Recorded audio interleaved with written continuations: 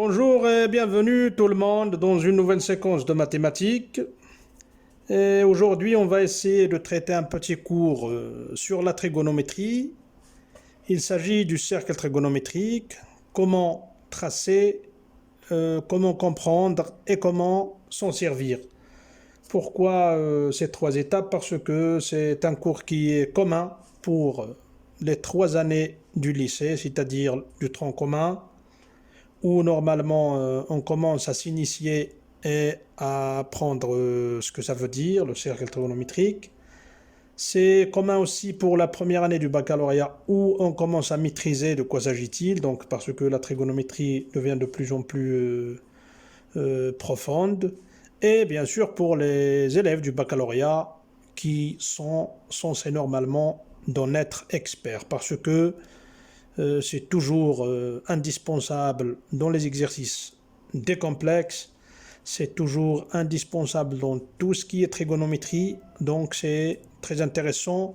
Essayez de ne pas rater la vidéo, suivez jusqu'à la fin, il y a un petit bonus dont je vous ai parlé déjà dans une vidéo antérieure. Je vous ai dit que l'heure de vous montrer comment établir et comment faire pour le tableau des valeurs usuelles sur le cosinus et le sinus, ça va venir, alors c'est aujourd'hui, c'est venu, et vous allez voir que c'est très facile et que vous n'allez pas le regretter. Alors, on commence. Alors, avant de commencer de parler sur le cercle trigonométrique ou tout simplement sur la trigonométrie, on doit passer par un petit rappel sur les angles, sur la géométrie et sur ce que vous avez vu dans votre parcours studientin au moins jusqu'à la 9e. Et c'est ce qu'on va faire, on va vous rappeler sur toute cette géométrie, cette fameuse géométrie que la majorité de vous, malheureusement, néglige souvent, donc, alors que ce n'est pas le cas. Alors on vous a parlé des angles. Un angle, c'est un peu ça. Ça peut varier de 0 degré par exemple. On a ici un angle de 30 degrés. On peut avoir aussi un angle de 45 degrés, de 50 degrés, de n'importe quelle valeur. Quand ces valeurs sont inférieures à la valeur de 90, alors on l'appelle, c'est un angle fermé ou bien un angle aigu. Et quand vous avez affaire à un angle de 90 degrés, comme vous voyez devant vous, on l'appelle, c'est un angle droit, donc c'est égal à 90 degrés. Quand ça dépasse les 90 degrés, on parle d'un angle ouvert, comme vous voyez devant vous, par exemple ici, un angle de 120 degrés, ou encore avec l'angle plat, comme on l'appelait, c'est l'angle égal à 180 degrés, donc vous devez savoir ça aussi. Donc quand vous avez fait affaire à deux segments qui ont un même milieu et une même direction, vous avez affaire à un angle plat qui ressemble bien à la forme de votre rapporteur, donc quand vous étiez encore au primaire. Au-delà des 180 degrés, il y a aussi des angles encore qui dépassent les 180. Par exemple, l'angle de 170 degrés, donc c'est encore 180 plus 90, et ça commence toujours à tourner dans le sens contraire aux aiguilles d'une montre, malgré que je ne sais pas si la majorité encore de vous connaissent ce que ça veut dire les aiguilles d'une montre. Il y a maintenant que des portables et tout, donc, mais malgré ça, c'est le sens trigonométrique comme on l'appelle, donc c'est le sens contraire au sens des aiguilles d'une montre. Ou bien tout simplement aussi, il y a l'angle, ce qu'on appelle l'angle plein, ou bien l'angle est égal à 360 degrés, c'est encore ça. Donc c'est l'angle qui engendre tout un cercle, donc il part de 0 jusqu'à retourner au point de départ. Donc alors ça c'est très intéressant. Ça c'est pour ce qui est des angles. Donc on ne peut pas, comme j'ai dit, travailler sur la trigonométrie sans avoir des connaissances sur les angles. Mais pourquoi on a fait ce petit rappel sur ces angles encore? C'est pour une autre chose. C'est pour vous dire que l'unité avec laquelle on mesure les angles, on l'appelle le degré, oui, comme vous le voyez devant vous. Mais ce n'est pas la seule unité avec laquelle on peut mesurer les angles. Alors, tout comme par exemple la température, on a le degré Celsius, mais on a aussi le Kelvin. Pour l'énergie, par exemple, on peut mesurer l'énergie en calories ou bien en joules. Tout comme pour la pression aussi, il y a l'atmosphère, le pascal, le bar, le millimètre de mercure et tout. Donc pour les grandeurs physiques, il y a souvent plusieurs unités de mesure. Ici c'est le cas aussi. Et c'est le cas aussi pour les angles. Alors pour mesurer les angles, il y a le degré donc qui est courant qu'on connaît, mais il y a aussi le radian, il y a le grade. Mais ce qui est intéressant et ce qui est nécessaire et ce qui est indispensable pour comprendre la trigonométrie, c'est le radian. Alors voilà devant vous des mesures usuelles en degrés et en radian en même temps. Donc c'est à vous d'essayer de faire cette conversion. Par exemple, le 0 degré, c'est toujours 0. Donc le 30 degrés, c'est pi sur 6 en radian. Le 45 degrés, c'est le pi sur 4. Le 60, c'est le pi sur 3. Le 90, c'est pi sur 2. Le 120, c'est 2 pi sur 3. Et le 180, c'est là où vous allez commencer. Donc un 180 degrés est égal à pi radian. Bien sûr, pi, c'est le 3,14 que vous connaissez, mais on l'écrit comme ça, c'est pi.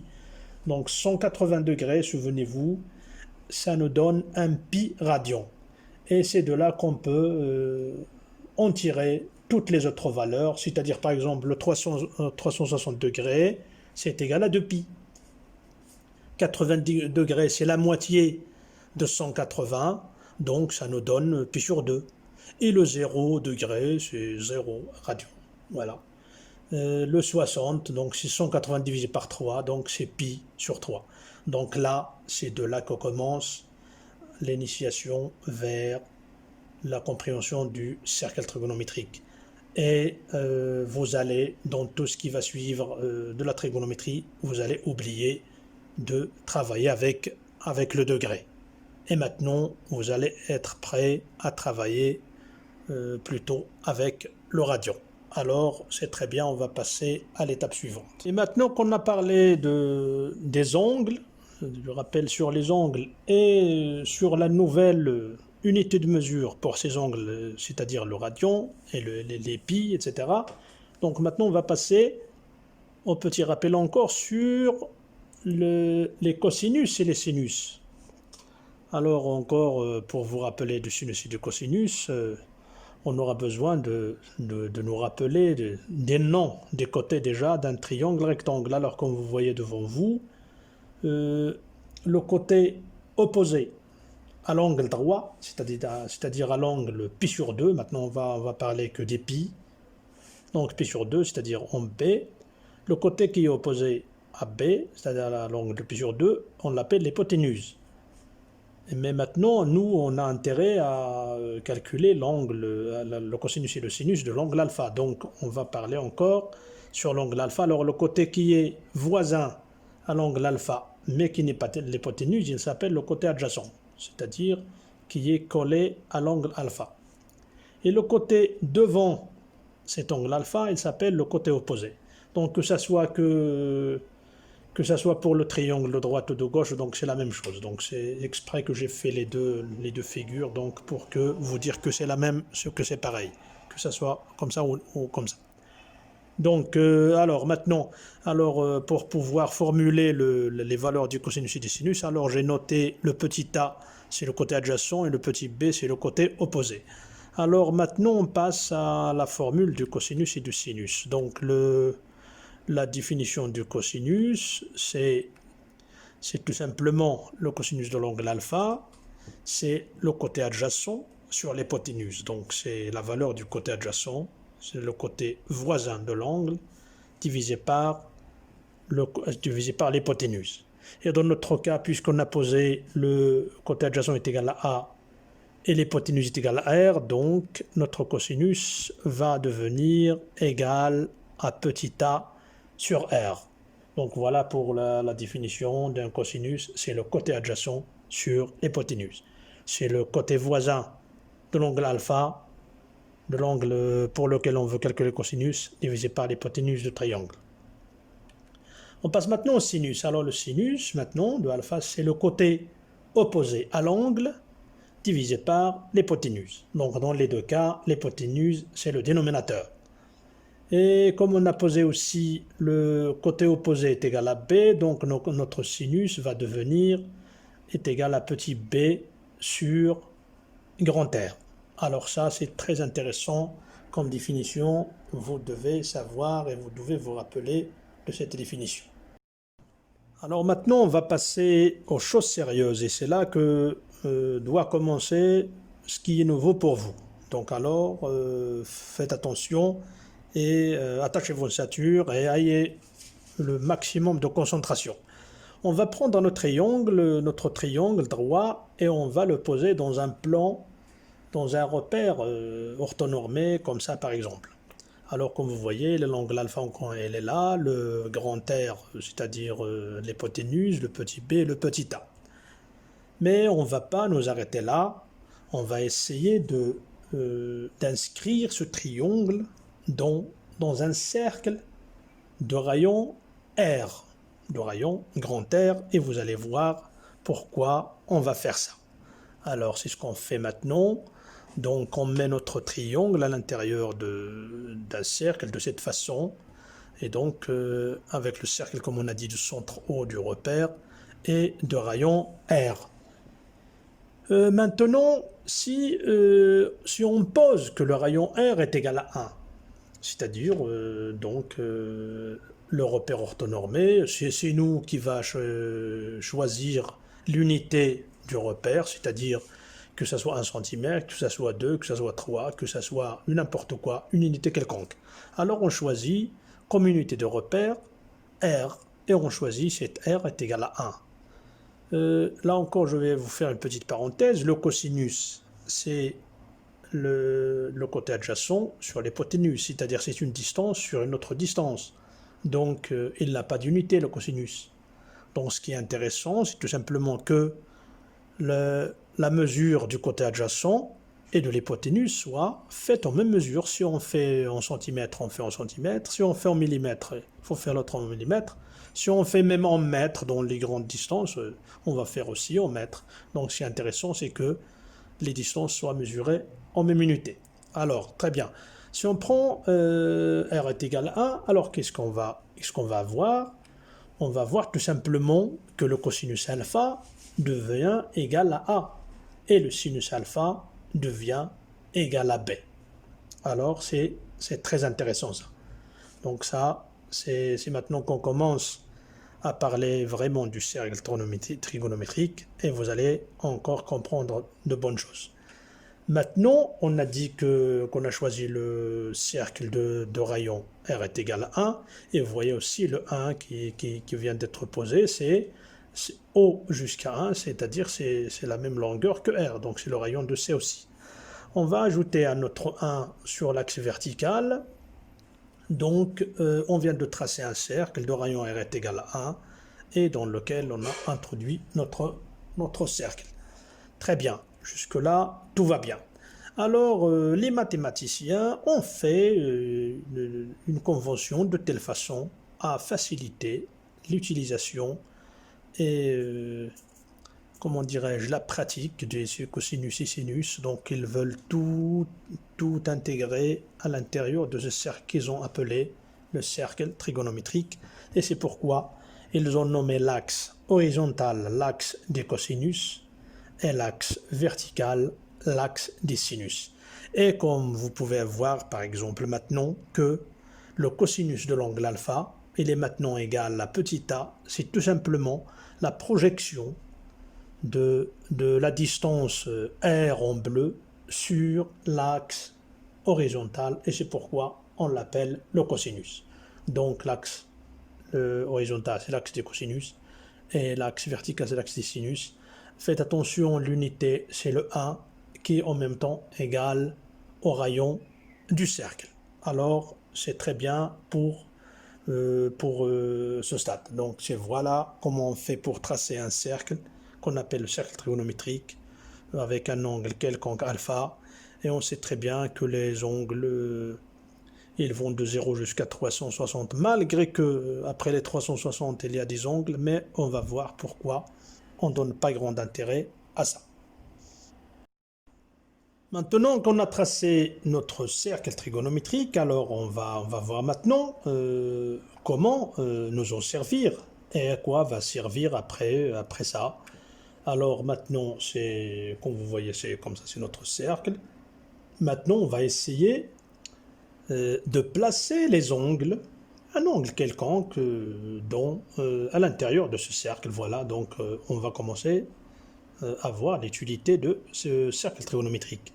Mais moi, j'ai essayé de mettre que les angles usuels, donc qui sont intéressants, qui vont vous intéresser, que vous allez trouver dans les exercices, comme vous pouvez voir dans les exercices du baccalauréat surtout. Vous n'allez pas toujours trouver que ces angles qui sont courants et les angles usuels. Alors par exemple, le pi sur 6. Alors le pi sur 6, c'est tout simplement, c'est 30 degrés, mais comme on a dit, on ne va plus parler avec les degrés, donc le pi sur 6, il est comme ça. Le pi sur 6, c'est-à-dire c'est 180 degrés, pas divisé par 6, c'est-à-dire 30 degrés. Mais c'est pi divisé par 6, c'est-à-dire 1/6 de l'angle plat. Il y a encore le pi sur 4. Le pi sur 4, c'est tout simplement c'est 45 degrés, ou bien encore c'est pi sur 4 comme on a dit, ou bien encore c'est pi sur 2, encore divisé par 2. Donc c'est 90 divisé par 2, donc ça nous donne le pi sur 4. On a aussi par exemple le pi sur 3. Donc c'est le 1/3 de l'arc de l'angle plat. Donc c'est le pi sur 3, c'est aussi 60 degrés. On a encore le pi sur 2. Pi sur 2, donc c'est pi divisé par 2. Ou encore c'est 90 degrés. Au-delà de pi sur 2, on peut par exemple avoir 2 pi sur 3. Donc ça veut dire quoi? Ça veut dire c'est 2 fois pi sur 3, ou encore 2 fois 60 degrés, c'est 120 degrés par exemple. On peut aussi avoir 3 pi sur 4, donc 3 fois 45 degrés, c'est-à-dire 135 degrés. Mais comme j'ai dit, essayez dorénavant de ne plus parler que les radians, c'est-à-dire que les pi. Le 5 pi sur 6, donc pi divisé par 6, donc on peut augmenter à chaque fois de pi sur 6. Bon, j'ai pas choisi ces angles d'une façon aléatoire, non, vous allez voir ensuite pourquoi on choisit ce genre d'angle. Comme je vous ai dit, c'est toujours le genre d'angle que vous trouverez dans l'exercice. Ou encore, on peut trouver pi, donc le pi.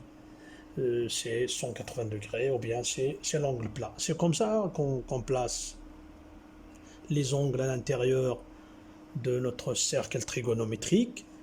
Et alors, comme si vous pouvez remarquer que je pars toujours dans le même sens qu'on a appelé le sens trigonométrique, en rouge, comme vous le voyez devant vous. Donc c'est le sens contraire des aiguilles d'une montre, mais on peut aussi aller dans le sens contraire, c'est-à-dire dans le sens bleu. Et quand on part du sens bleu, alors pour ne pas faire beaucoup d'encombrement, par exemple le pi, si on ajoute encore un pi sur 6, c'est-à-dire 6 pi plus pi sur 6, c'est 7 pi sur 6, et ainsi de suite. Alors pour éviter ça, on fait le tour dans l'autre sens, c'est-à-dire on va dans le sens bleu, c'est-à-dire le sens contraire au sens trigonométrique, ou bien dans le sens des aiguilles d'une montre, et qu'est-ce qu'on fait tout simplement? On ajoute le moins par rapport aux angles qu'on peut trouver. Vous pouvez par exemple voir moins pi sur 4, donc c'est pi sur 4 dans le sens contraire, donc c'est 45 degrés dans le sens bleu. Alors, qu'est-ce qu'on fait? On trace une droite verticale, donc qui est perpendiculaire à l'axe horizontal des cosinus. Et donc là où ça se coupe avec le cercle, c'est l'angle moins pi sur 4. Alors les droites aussi que vous voyez devant vous en vert, en rouge et en bleu, ce ne sont pas faites pour rien, c'est tout simplement pour faciliter de trouver les autres angles de l'autre côté du pi sur 2. Et maintenant de l'autre côté de l'axe horizontal des cosinus, mais ça va servir encore, mais ce n'est pas dans cette séquence, c'est dans l'autre séquence où on va parler des cosinus et des sinus des pi plus alpha et pi sur 2 plus alpha. Donc ça va venir après cette leçon sur le cercle. Alors on peut trouver aussi le moins pi sur 2. Voilà, donc c'est tout simplement l'opposé de pi sur 2 par rapport à l'axe horizontal. On peut aussi trouver le moins pi. Donc on peut dire par exemple que le cercle trigonométrique il part de pi jusqu'à moins pi ou bien de moins pi jusqu'à pi. Donc ça dépend du sens qu'on choisit. Donc là c'est tout ce qui est pour les angles usuels. On peut aussi avoir l'angle 0, donc c'est là où le point 0 apparaît, c'est-à-dire c'est l'angle où les deux côtés sont, comment dirais-je, sont confondus, donc les deux côtés de l'angle sont confondus, donc c'est le point 0. Et ça peut être aussi l'angle de pi. Voilà, quand on fait le tour, donc le tour complet du cercle, comme on a déjà vu dans le départ, donc c'est 360 degrés, ou encore c'est l'angle de pi. Alors c'est très bien, donc jusque-là, dans cette séance, ce qui est très important, c'est déjà de savoir qu'est-ce que ça veut dire le cercle trigonométrique, de pouvoir poser les angles dans le cercle trigonométrique, savoir que le cercle trigonométrique, c'est l'ensemble des angles qu'on peut avoir, mais ce n'est pas en degrés, mais en pi, c'est-à-dire en facteur de pi, c'est-à-dire en radian. Donc, et ça, c'est très important. Et pour en finir, on va essayer de vous faire, comme je vous ai dit, un petit bonus sur le cosinus et le sinus des angles usuels, donc qui serait très intéressant pour la suite de vos cours. Alors, comme je vous ai dit que le tableau des valeurs usuelles du 0 jusqu'à pi sur 2, c'est très intéressant à connaître, c'est très intéressant à apprendre, mais comme je répète toujours, il vaut mieux de ne pas apprendre les choses par cœur. Alors, je vais vous montrer une façon qu'on faisait lorsqu'on était aussi élève au lycée, etc. Donc, on se rappelait de cette façon qui va vous plaire vraiment et qui est très facile. Alors, voilà dans notre tableau, l'angle, le sinus et le cosinus. Alors, les angles usuels devant vous, c'est le 0, le pi sur 6, le pi sur 4, le pi sur 3 et le pi sur 2. Donc, vous allez essayer de numéroter 0, 1, 2, 3 et 4, c'est-à-dire en commençant de 0 jusqu'à pi sur 2. Alors, qu'est-ce qu'on fait pour trouver le sinus? Alors, on fait la racine de 0. Donc 0, 1, 2, 3, comme je vous ai dit, 0, 1, 2, 3, 4. Alors, on met la racine. Pour le pi sur 6 aussi, on met la racine de 1. Pour le pi sur 4, on met la racine de 2. Pour le pi sur 3, c'est pareil. Et pour le pi sur 2, on met la racine de 4. Donc, comme vous voyez, on part de 0, 1, 2, 3, 4. C'est-à-dire, ça, jusque-là, c'est très facile. Alors, la deuxième étape maintenant, c'est qu'on divise par 2.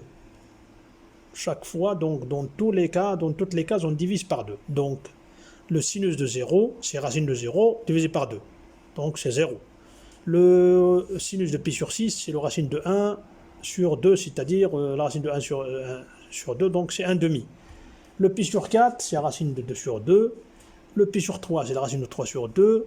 Le pi sur 2, c'est la racine de 4 qui est égale à 2 sur 2, donc c'est 1. Et vous allez voir, après, vers la fin, je vais vous donner le tableau avec les valeurs correctes sans être obligé de passer par cette étape. Mais c'est l'étape qui va vous aider de toujours établir facilement le tableau chaque fois que vous le voulez. Alors maintenant pour le cosinus, il vous suffit de faire la permutation entre les angles 2 à 2, c'est-à-dire entre le 0 et le pi sur 2, comme vous voyez. Donc le cosinus de 0, c'est le sinus de pi sur 2. Pour le pi sur 6, c'est le sinus de pi sur 6. Le cosinus de pi sur 6, c'est le sinus de pi sur 3.